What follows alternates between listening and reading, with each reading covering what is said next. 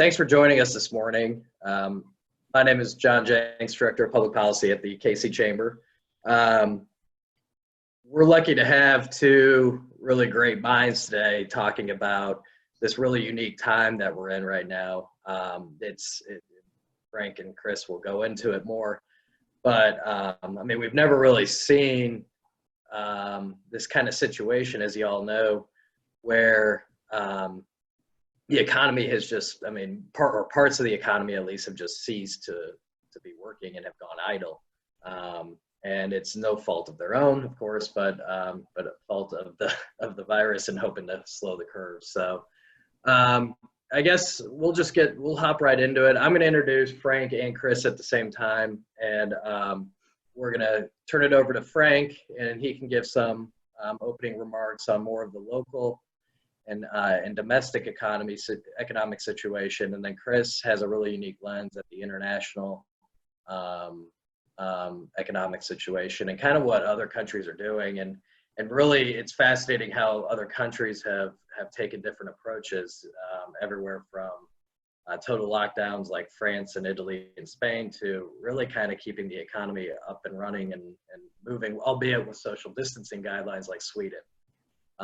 And he also has a unique lens at looking at what countries are opening right now and how they're faring. So anyway, Frank Lenk is Director of Research for the Mid-American Regional Council, where he is responsible for overseeing the development of the region's economic and demographic forecasts upon which MARC's transportation and environmental plans are based. He manages the department responsible for collecting, maintaining, and analyzing the economic, demographic, and geographic information about the region. Frank has worked to continually improve MARC's analytical capabilities using tools such as public surveys, statistical analyses, geographic information systems, and economic impact studies and regional economic models. Frank has authored several reports that help the region's growth and development in context. And then Chris Kuehl, Dr. Kuehl, who is on now. How you doing? Right. Hello. How are you?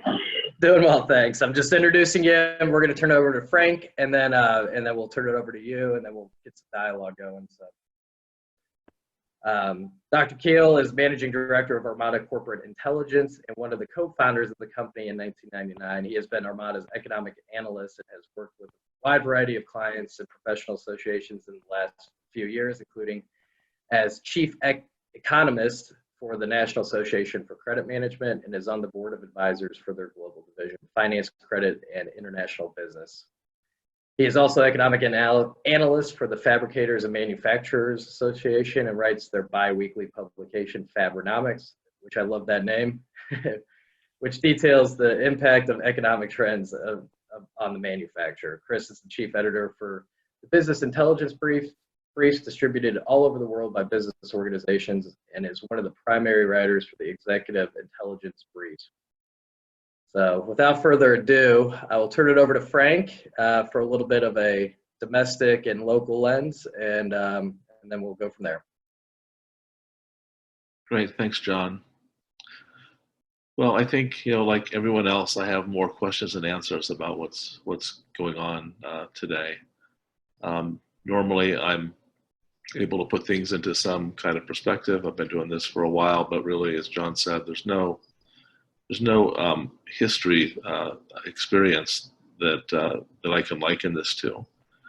We're in a completely uncharted territory where we've had essentially depression era levels of loss of jobs and loss of output in a month, not in years.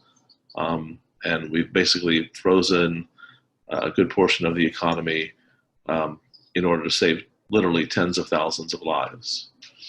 In spite of that, we're going to lose probably as many people over the next few months, between February and August, as we lost in the Vietnam War. So that puts it a little bit into perspective. So all the pain that we're experiencing economically is a cost that we're bearing in order to save literally tens of thousands of lives. So it's probably worth it from that standpoint. And it really is the role of the federal government to sort of step in and ease a transition when there's a major transition going on. And to their credit, Democrats and Republicans were able to put some differences aside and get something done with the CARES Act, and that's a $2 trillion stimulus. The Fed has probably done even more by basically saying that they will loan money to anyone, or arrange it so that the credit markets work so that anyone can get money. That money has to be paid back, and so the CARES Act, with its ability to have at least some of the loans forgiven if people keep employees on their payroll, that's sort of unprecedented for us as a policy. And if that works as it is intended, that will tend to make the recovery much smoother. But I think that's an open question.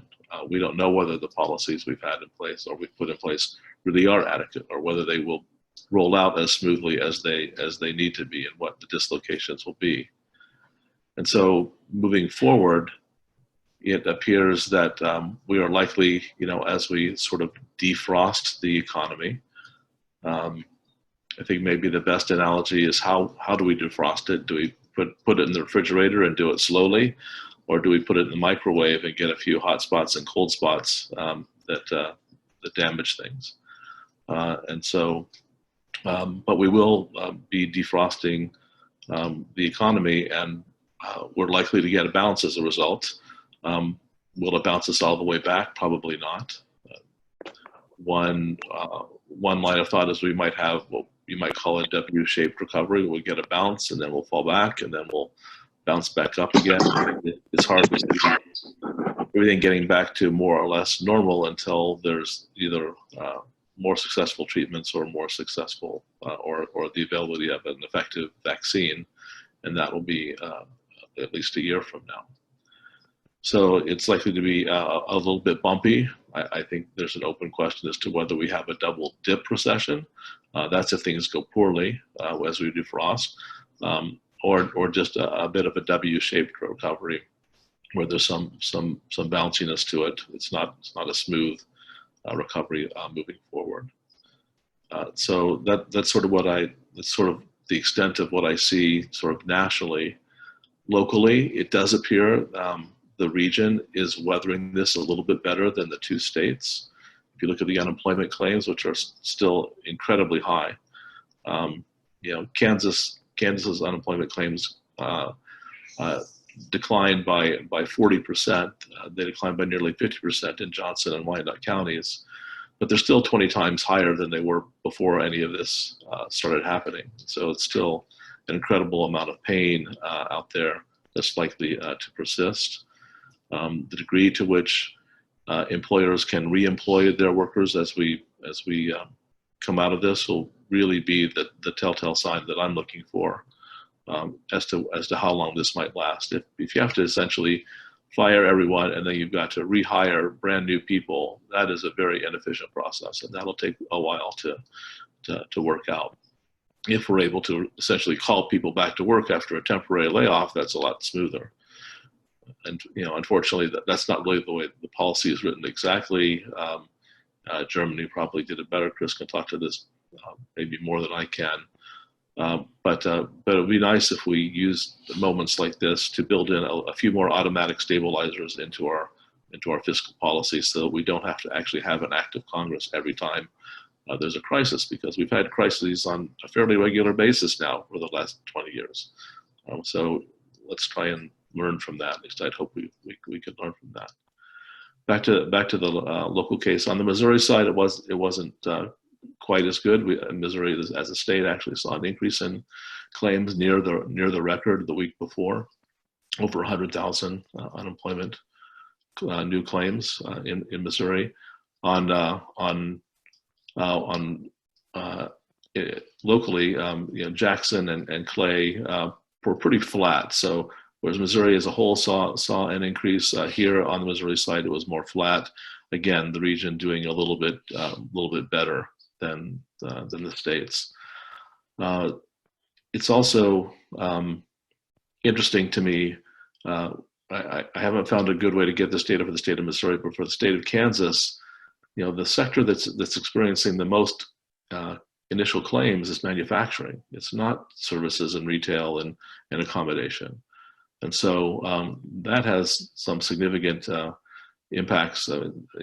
Manufacturing is sort of at the base of an economy, and it's what we export. It's a good part of what we export to the rest of the world. It says that the rest of the world is not doing very well either, and there's probably supply chain disruptions that are part of that as well. So that's really worrisome, I think, from my standpoint. On the Kansas side, it could be being influenced by Boeing and its other issues, so it may not be affecting us here as much, especially as GM begins to maybe open up its plants. But nonetheless, that's another trend that I'll be watching, is how does the recovery pan out industry by industry. And again, it's too early to really tell what's going on, but those are the kinds of things that I'm looking at. And I'll stop there. Thank you, Frank, for that. And I just want to remind all the guests to keep the microphones on mute. And if you have any questions, there is a chat feature, and I'm happy to relay the questions over to our speakers at the end of their comments. So for now, we'll turn it over to Chris Kuehl. All right. Thanks very much. So I agree with Frank. We're dealing with unprecedented circumstances here because we don't really have the data that we would like to have in order to assess where we are. And what I said that I would talk about today is predominantly what's happening in the other countries, just to see if there's any lesson to be learned. Frank was talking about what Germany has done. We also have information from the Asian countries that were dealing with this a little sooner than we were, are a little further down the road towards ostensible recovery than we are, but they're also encountering the secondary problems sooner than we are. We're in somewhat of an enviable position because we can watch what has taken place elsewhere and maybe pick up some of the best practices and avoid some of the worst practices. The Germans have a system that is similar to what is now being practiced in maybe half the states in the United States, this workforce program where you've got an opportunity for the company to keep its employees in a part-time status. The government picks up some of their salary essentially by putting them on unemployment in a prorated way, but they don't actually end up leaving their employer. The Germans have come up with a system that is a little more sophisticated than that simply says that the government will make up the difference between what the company pays the worker and what they used to make. So the biggest hassle was trying to rehire people is if you, as Frank pointed out, if you have to hire a brand new set of workers, they have to be trained, they have to be oriented, it slows everything down. Much better to have some version of a furlough, which is what the auto industry goes through every summer, where they shut down the plants in order to do retooling. Technically, those workers are unemployed for a month or two, and they draw unemployment. And then when the retooling is done, they all come back to work for Ford and GM and whoever, and life goes on. We've not had that as a national policy, but we're sort of edging away to that. This may accelerate it because that has been an advantage that some of the European states have had. We have learned from the Asian nations in particular that the secret to controlling this in the future or being able to avoid a repeat of the COVID-19 explosion that we've been dealing with for the last month has been a combination of testing and enforced social isolation. And we have been not particularly good at either one. We weren't ready for the testing demand. We're right now testing around 8,000 people per million, which is about half as many as are being tested in, say, Germany or South Korea or Singapore. We've had some cooperation when it comes to the social isolation policy, but it's been intermittent. There are a lot of people who really don't want to comply and have not complied. and that has created issues in certain parts of the country. I don't know that we want to be as radical with this as the Vietnamese. Vietnam has had very good success with dealing with COVID-19. They've had very low fatality rates. They have had very low infection rates, among the lowest in all of Asia. But the way that they've accomplished that is if you are seen in public not wearing a mask, you are subject to 1 year in prison. If you violate the orders and leave your home, you are subject to 10 years in a prison labor camp. And if you consistently violate the order to go back where you came from, you will be shot. So I don't think that we want to go quite that far, but Vietnam has shown that if you socially isolate and mean it, then you don't have as many virus deaths. So we have to figure out a happy medium. We have to figure out a way that we can comply with some of the new protocols that will be emerging in the future and not get as draconian as some others. When it comes to economic recovery, we've also got a little bit of an opportunity to watch other countries. The process of phase 1, phase 2, phase 3 recovery is underway in Europe. You've had Austria, for example, has decided to reopen everything. The Germans are in what amounts to phase 1. If you look at it from the perspective of how the U.S. is defining this, the Swedes really never got involved in the drone activity at all. The Swedes were sort of experimenting with not closing things down and going ahead and sort of relying on the public to behave properly. That has been a bit of a mixed success. The Swedish rate of infection was fairly low for a while, but has now peaked and is higher than many of the other Scandinavian states that were more aggressive about the social isolation. But the Swedish economy has not taken the hit that the other Scandinavian countries did. So, as Frank was alluding to, we're in this environment where we have to make trade-offs, and it's a very, very uncomfortable conversation to have. It's how much essentially is a human life worth. You know, we're looking at a massive catastrophe from the standpoint of health and fatalities, but also a massive catastrophe from the standpoint of the economy. Every country in the world has reacted slightly differently. We've got countries that are sort of exemplars of good behavior, and then we also have what's been referred to the ostrich leaders, which are currently the leaders of Brazil, Nicaragua, Turkmenistan, and Belarus. They are ignoring it completely.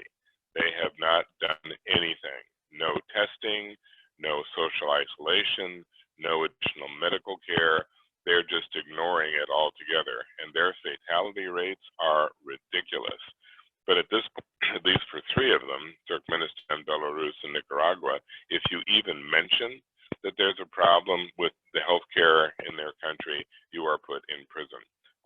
Brazil is not quite at that point, but there's no advantage to ignoring this either. Even the Russians have now admitted that they have a massive problem, and Putin is finally going on publicly as to what the country should do about it. But it's 2 months late. I mean, they've been hitting this about the same time that China did. When it comes to finding a way out of this economically, timing is going to be everything. As again, Frank mentioned, we can either be approaching the unemployment situation the way we did in 2008, where people lost their jobs more or less permanently. We lost around 8.5, 9 million jobs in 2008. They did not come back, not swiftly. They came back maybe over a 5, 6, 7-year period. Right now, if we see a reopening of the economy in a relatively short period of time, we're probably looking at a furlough situation where 80-85% of people will get their jobs back.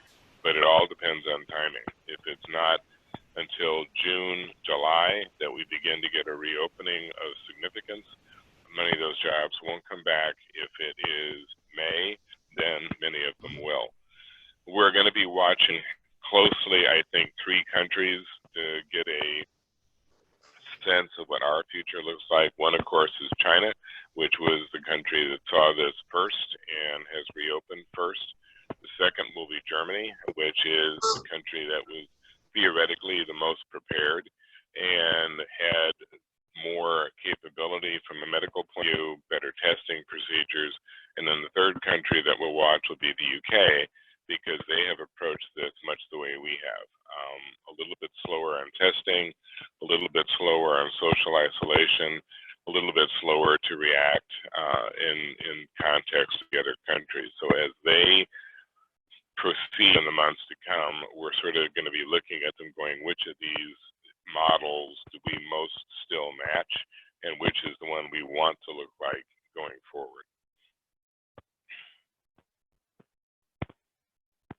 And with that, I'll turn it back over to John. All right. Thank you, Chris. And don't forget, if you have any questions, put it in the chat feature. You can either send it directly to me or you can send it to the group. I'm monitoring the chat. So, Frank, any thoughts on what Chris talked about? We'll get into questions. No, I mean, I think it's fascinating to look at the different countries and see who we might learn from. They're only a few weeks ahead of us, so it'll be hard to make wholesale changes in policy here. But I expect the states will also have an experiment there about how different states do it, and so there are going to be all kinds of dissertations written on this period about what were the right lessons to have learned. But unfortunately, we're essentially innovating solutions as we're going, and innovation is messy, and there are going to be failures, and so there's going to be real pain and real dislocation. Hopefully, we can keep people attached to their prior employers, and if we can do that, then as Chris said, it'll be a lot smoother on the upside. Before you get into the questions, I'd like to ask a quick one of Frank, because one of the questions I'm getting a lot of is, to what degree the work at home movement is going to last past this crisis? I mean, I have my own opinions about how sticky this is, but from your observation, is there going to be a continued desire to have the remote workplace once the reopening takes place? Well, I'm reminded of my physics that every action is met by an equal and opposite reaction. And so I think there'll be some of that people will be very eager to get back to work and get back to a semblance of normalcy. Having said that, I think people have discovered there are some advantages to having more remote meetings. And I think maybe not the everyday work, but some of the conferences might start up later, it seems like to me. Travel's expensive. There is still, I mean, that's the other thing, there is still no substitute for face-to-face contact. I can see each one of your little faces on my screen, but I can't read your emotions at all. And so there's a lot of things that we learn from a face-to-face meeting, and a lot of clarification that we can do that's just impossible in these kinds of settings. So I also think we're creatures of habit, and sometimes those habits get disrupted, but they have to be disrupted for a fairly long time before they actually become new habits. And so far, it's not been a long enough time.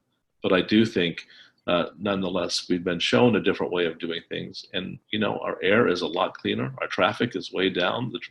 My transportation director says, that the highway systems never perform better, although we are having a few more high-speed crashes because people can go so much faster.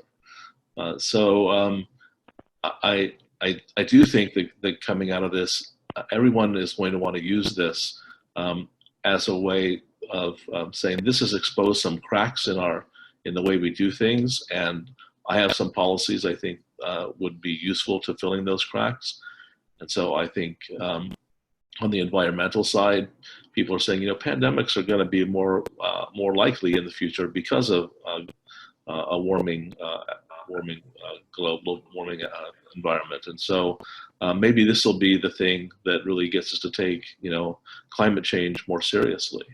I think folks on the social equity side are saying this is really, really demonstrating the digital divide and the consequences of that, and the urban-rural divide if you needed broadband access in rural areas. And so those are things that we need to fix coming out of it.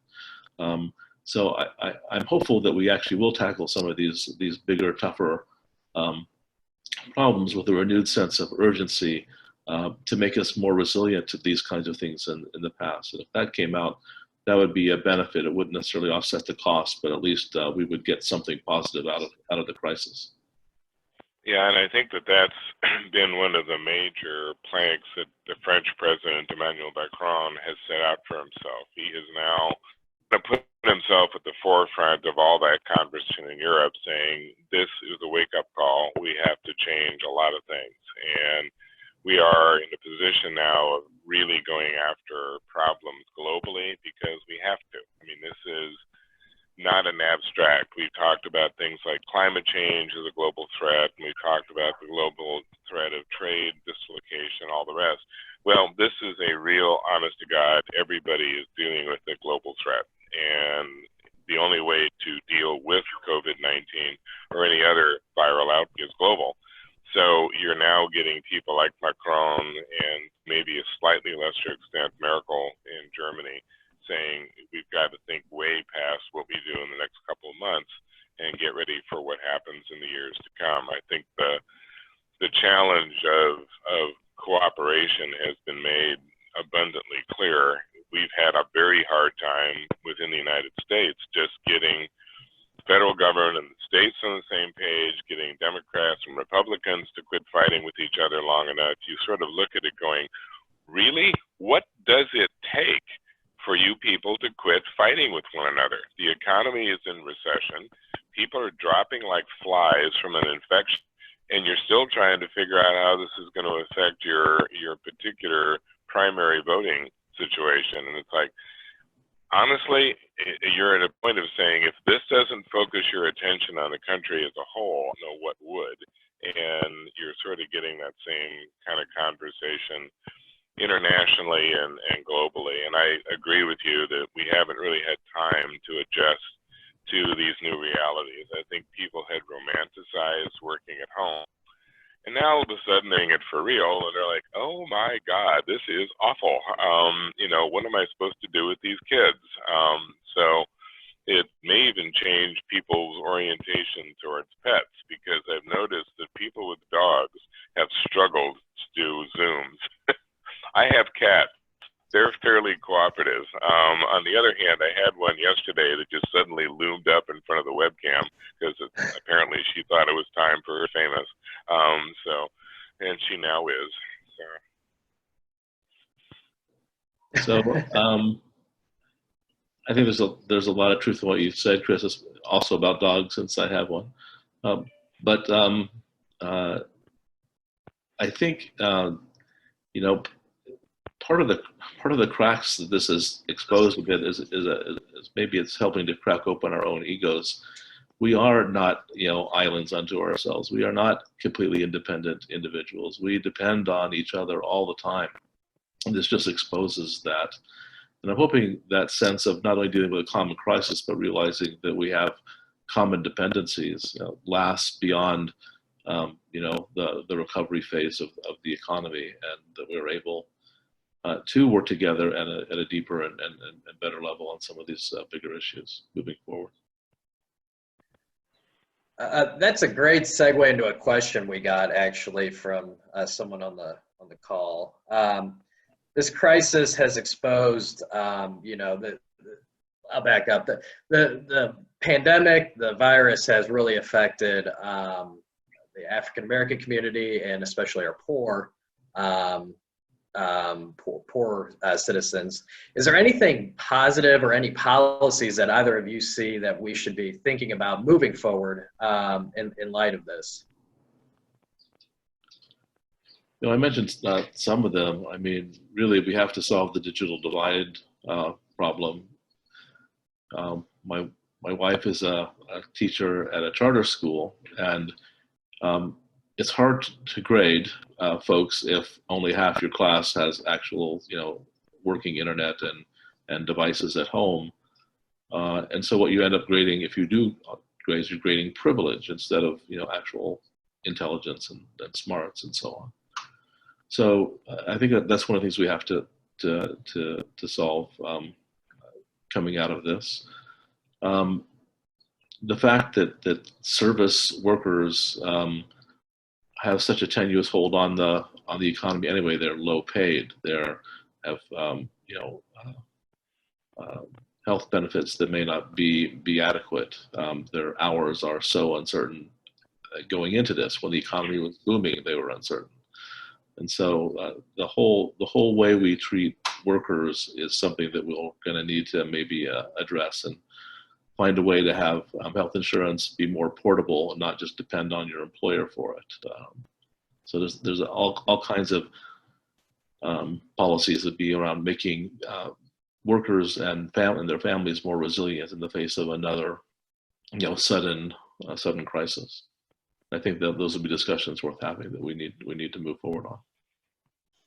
Yeah, I would agree with that. And again, if you look at other countries in the sense that we can learn from them or learn from both mistakes and advantages, the Germans have had a little less of an issue as far as access to help and healthcare right now because they have invested heavily in public health, to the point that last year they were trying to how to shut down hospitals because they thought they had too many. Now it turns out they had just enough. But their focus was more overtly trying to offer help in reverse order of who was in a position to do without. And I think part of the challenge for us is the reaction, because if you, again, just looking at Europe as an example, within the German culture itself, there was no resistance on the part of the population to helping the poor and helping the disenfranchised first. And everyone within Germany was like, well, of course we do that. And those of us who are in good shape should be willing to help those who are not. But in contrast, if you take it in a broader context and you said, okay, now can you apply that as Germans to the rest of Europe? Absolutely not. Germans were like, what? You expect us to help those Italians and those Spanish? They've ruined their lives. It's their fault they're in this shape. I'm not going to take my money and spend my money on helping those Italians and Spanish. They should have helped themselves. So I think part of the challenge is going to be still breaking out of just, with lack of a better word, tribalism. The Germans will help the Germans. They don't really want to help the rest of the Europeans. We will help those who are sort of part of us, but not necessarily somebody who is not part of us. And one of the, I guess, lessons of all this is that when it comes to something like a virus, the virus doesn't care if you're Italian, German, from Kansas or Missouri, if you're Chinese, or if you're from Argentina. It's like, oh, look, a host that I can kill. And at one point, we're going to have to realize that to deal with common enemies, we have to develop a common defense. And that's going to be reaching out to those who need most help and offering it to them, and asking people who don't need as much help to be patient. Maybe we could start by appealing to the people who hoarded toilet paper to share the rest of us. So you mentioned that tribalism aspect and the way that Germany views Germans, but not necessarily sharing those views with regarding the Italians or the Spaniards or whomever. Do you think this pandemic has further consequences on the European Union? Either the strength? I think, yeah, very definitely. It is definitely weakened and already struggling association. The desire on the part of several European countries to split away has been manifesting in the last several years. None of them have gone as far as Britain with Brexit, but there was talk of the Italians. The current government in Italy has been highly opposed to the European Union and continues to bring up the possibility of an exit. The Greeks talked about it a few years back. The Spanish have talked about it.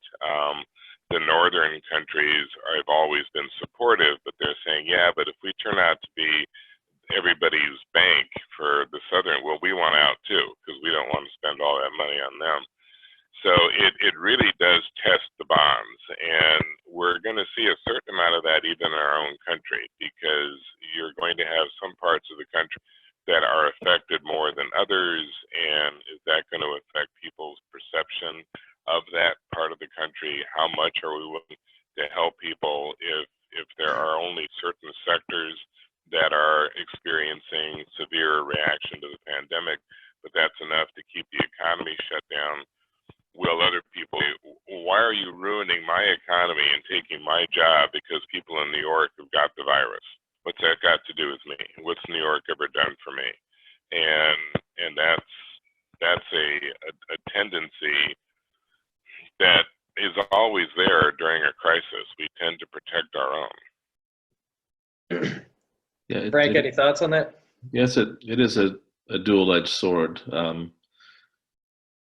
There is this sense that we're all in this together, but there's also a sense that if things get too bad, I'm going to take mine and go away, and the heck with the rest of you. So I think, frankly, that's where leadership comes in, to keep us all together so that we can stay focused on solving the real issues, the underlying issues, and not all go our own separate way and try and solve them separately, because we can't do it that way. It won't be successful, and will cause more problems than it ends up solving.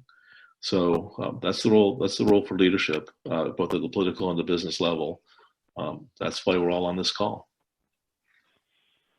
Yep, I think that's been obvious as well. Looking at some of the, again, international cultures, one of the countries that reacted very quickly to this was Singapore. And Singapore is a semi-authoritarian state, kind of run by a family. It's Lee Kuan Yew's family still. And the reaction was very swift, because Singapore is really a multicultural city-state. I mean, there's Chinese, there's people of South Asian descent, there are people of Malay descent.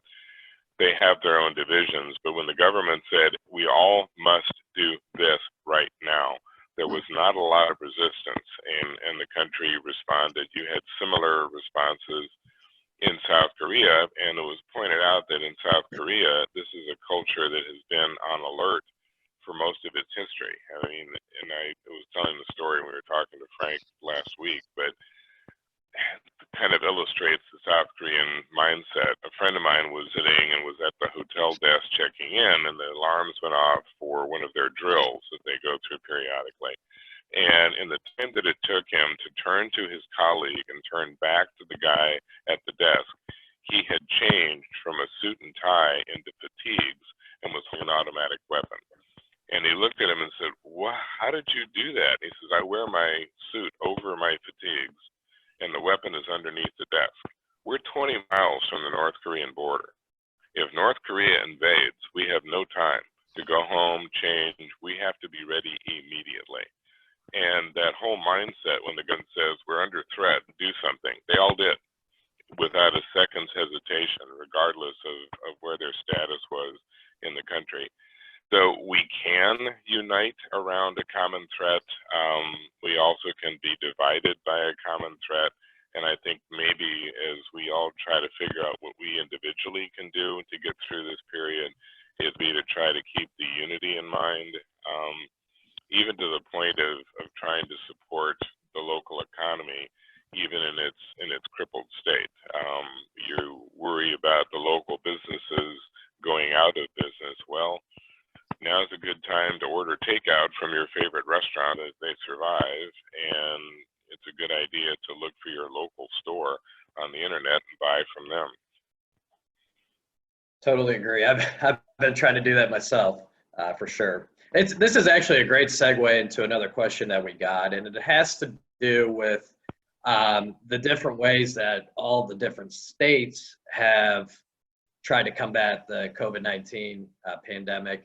It goes on to say some states and even cities and regions have issued, a wide variety of different orders. You got a state like South Dakota and Wyoming that don't do statewide orders because their governors say it's too big and it's really not feasible. And then you have other cities that have, I know the mayor of New Orleans actually just said there's no mass gatherings for the rest of the year. So in light of this, is there a bit of, goes on to say, is there a bit of randomness of how the COVID-19 impacts an area? And if so, how does that impact our nation's efforts to open? So I guess I'll give it to Frank first, or Chris, whoever wants to answer first. Yep, Frank first. Yeah, so I mean, this is part of what makes it so difficult to forecast is there will be lots of different policy responses. There's also just the inherent uncertainty about knowing exactly, whether there will be will rebound as we come up, or to what extent, and where that will occur the most. And so there is a bit of randomness, and the best that we'll be able to do is forecast, maybe bracket the uncertainty. It could be as bad as this or as good as this, and we'll take a stab at someplace in between and say this is our forecast. But that forecast could change on I don't know, a weekly or monthly basis based on the way things actually are unfolding on the ground. In my line of work, if we get quarterly data on the economy like GDP, we think that's pretty current. And here, we're studying the tea leaves in weekly unemployment insurance claims, which never were such a big deal as they have been now. So things are changing. This has been a depression era event that's unfolded in weeks, and all of our systems are unable to keep up with it in terms of all the data that we would ideally like to have. It's just not there, and even if we did, the models that make projections have pretty wide ranges of uncertainty around them. So yeah, it's uncertain. I don't think we should try and pretend that we know more than we do. I think we make bigger mistakes when we think we know what we do. Well, we know more than what we do, and put in a rigid policy as a result, than to say we don't know. So we're going to have to be flexible about this, and we need to preserve our options, and we need to make decisions that provide the widest range of good options for us in the future as we move forward. There is no good way to make a forecast. Nonetheless, I'll be working on a forecast.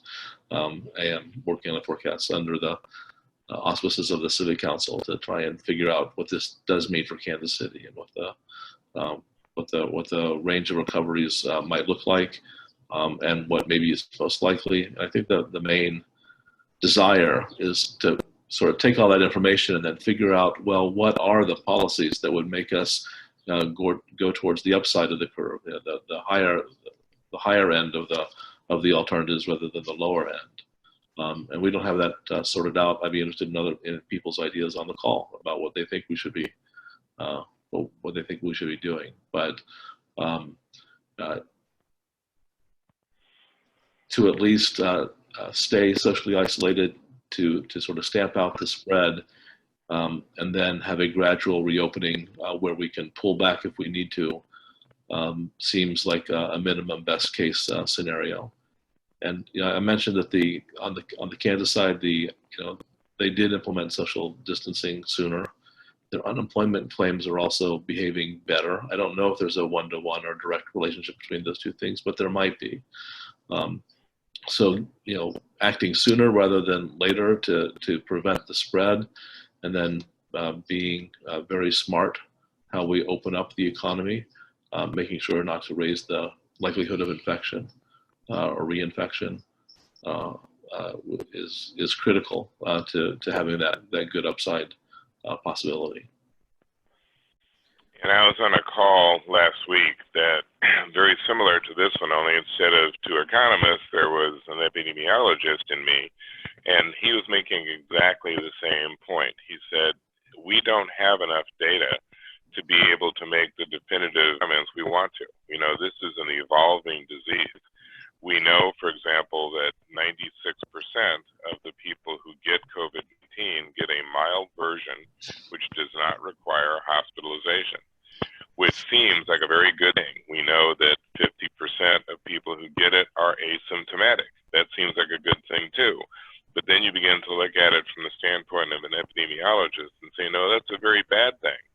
That means that the vast majority of people who've been infected by the disease don't know they have it, don't react to it, therefore go around like typhoid Mary, spread it.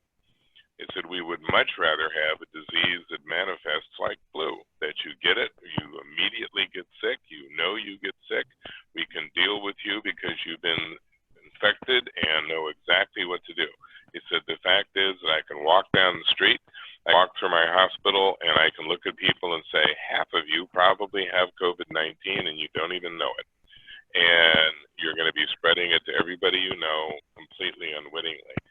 And then the other sort of complicating factor in terms of trying to handle this from an economic perspective is that as more and more and more people, because I was encountering this last week too, people who've had it, gone through it. I was on a call, and there were 5 people on the call that says, yeah, we've all had COVID-19.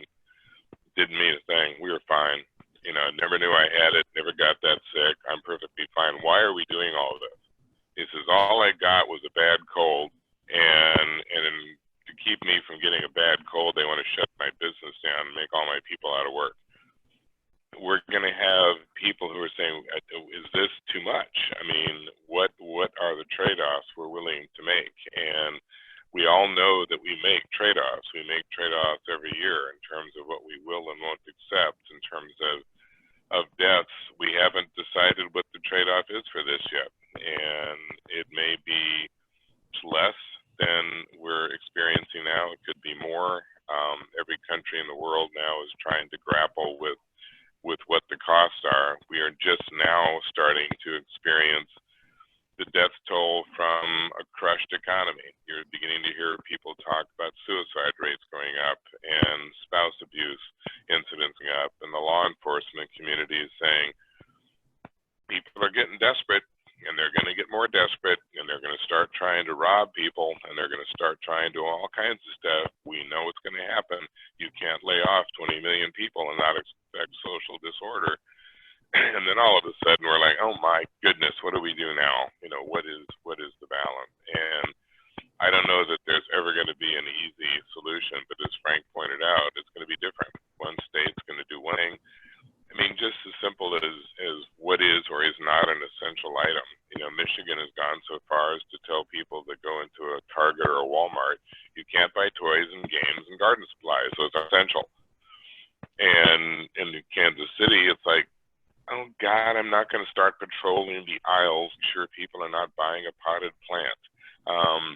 But you know, what is the right solution? It gets highly complicated. No, that's for sure. And I've read, there's been a couple articles out there on the past couple of days. I think the Wall Street Journal even had one talking about the trade-offs and the value of each life that we save versus, you know, the unemployment figures and that affects the economy too. So, and you're starting to see some restlessness across the country with some protests and stuff like that, but it seems still pretty tampered, luckily. Yeah, I don't think it has reached a pick point yet. I think people do recognize that they're being asked to make a short-term sacrifice. But every time the deadline is extended, the more frustrated people become. You know, people willing to wait, but it helps immensely if they're being asked to wait for a specific period. You know, if they're being told, we just need to hang in there till May 5th. But then it's, okay, no, May 15th. No, June 5th. No, maybe July 14th. 2085. Then all of a sudden people are like, what do you want from me? I can't do this long. I need to plan. And that's when people start to become very uneasy. I do think that points out, again, the need for leadership. Definitely. And the fact that we have 50 states who are doing the leading when in other crises, maybe we would all be looking to the president to lead. And it's been harder to do in this crisis than others, because the governors have felt like they've had to move first, and so I think that creates a fractured leadership, a fractured point of view, and it's harder to get that kind of certainty that people are desiring. I also think, though, that the curve has flattened.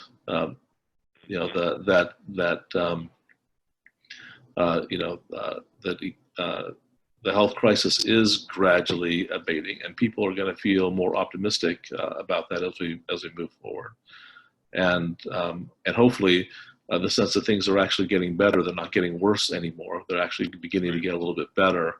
Tamps down some of that frustration. It's just that we need to release the pressure slowly, so we don't get a pop. We get a gradual release, and in order to make sure that we don't make things worse at a later point.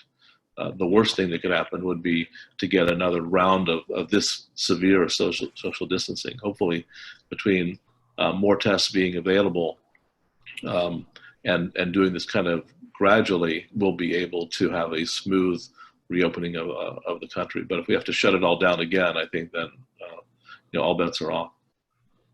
And to your point on leadership, I thought it was intriguing that a poll was recently taken to see who the more popular candidate is for the November election. And right now, Fauci is in the lead.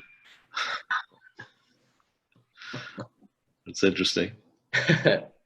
Well, we got about 5 minutes, and I want to get to at least 2 more questions. The first question, sorry, let me pull it back up.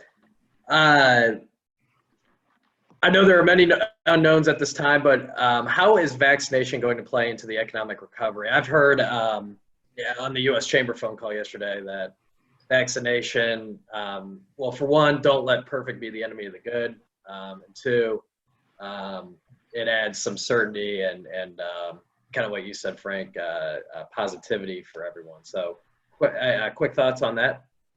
Yeah, just real fast, and this is just based on international stuff. The Germans are convinced that they're 5 months away from a vaccine. And one of the things that they've discovered, which is helpful, is that this particular virus morphs about 5 to 6 times slower than the flu. So once a vaccine is discovered, their assertion is that it would be one that would last 4, 5, 6 years, more like the vaccines that we now use for SARS and MERS. So it would not be something that would have to be changed annually the way that you see with the current flu. How accurate that is, I don't know. I don't know if anyone has reiterated or backed up the German research, but that's what they're claiming at the moment. Yeah, I think treatments in the short run, if we had effective treatments that let people get sooner, not have to go through a hospitalization, that would be great. Those might come online sooner, but jury is still out. And what one report I saw said, we're doing this science so quickly, we may not be learning all the right lessons from our experiments, and so there's a value to being a little bit methodical as we go through the options. We don't miss something that we should have caught or expose people to something before it was ready. Still, I think just the idea that I think my point was when there is a vaccine that is safe and effective, then essentially we are done having to shut down the economy for this virus. Yeah. And so that. At that point, the economy really can bounce back completely, but undoubtedly, it's going to be beginning to bounce back as soon as we start to reopen it. And we got about 2 minutes. Last question. You're starting to see a growing bipartisan call for repatriation of our supply chain, or at least our critical goods, critical supply chain back to the United States. Any thoughts on that? Just observing what's been happening with the manufacturers that I work with, they had been shifting that way a little bit before this. They were diversifying their supply chain. The reason that they left the U.S. as a supplier in the first place was that the costs were cheaper overseas. But in the last several years, total landed cost continues to go up. in China, in India, and anywhere else, and it lowers the barrier as far as staying in the U.S. The difference now between supplying in the U.S. and supplying outside the U.S. still significant, still cheaper to do it outside, but that gap is narrower. And companies are now saying, hey, I know it's more expensive to supply from the US, but it's more reliable. And I think I'm going to go for reliability. Frank, any thoughts? Yeah, I've seen there more and more manufacturers are just saying we can't just have, one supplier of one thing. We have to have multiple suppliers in multiple countries in order to make sure that if it goes wrong someplace, we're not sort of held hostage. And so again, a diversified portfolio is something that makes sense financially. It makes sense for your supply chain as well. I think that's part of what's being learned. Well, we're almost out of time, and just to be mindful of everyone's schedules, I'm sure y'all are hopping on another WebEx or Zoom right after this. We're gonna wrap it up, but we want to thank Frank and Chris Kuehl for their time and their insights. And yes, Joe, applause. And thank you. It's always a joy to hear you guys. You guys have such a tremendous insight and really just a wealth of knowledge. So thank you very much, and everybody have a great weekend. Thank you for the opportunity. Thank you. Yep.